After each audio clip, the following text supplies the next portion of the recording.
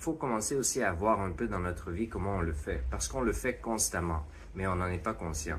Et c'est pour ça qu'on a de la misère à se convaincre que nous sommes Paramashiva, parce que notre mental, il n'a pas la bonne notion de Paramashiva. Il n'est pas aligné à Paramashiva.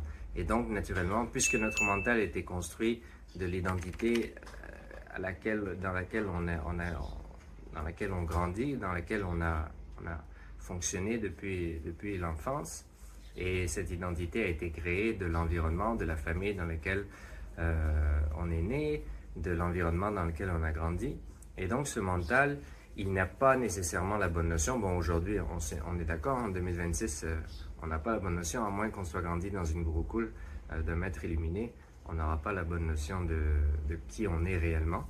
Et donc notre mental, il est corrompu, c'est comme un software d'ordinateur qui marche pas bien, vous comprenez? Donc il faut ramener le mental, il faut purifier le mental, il faut que notre mental revienne à un état du Manasarovar, un lac.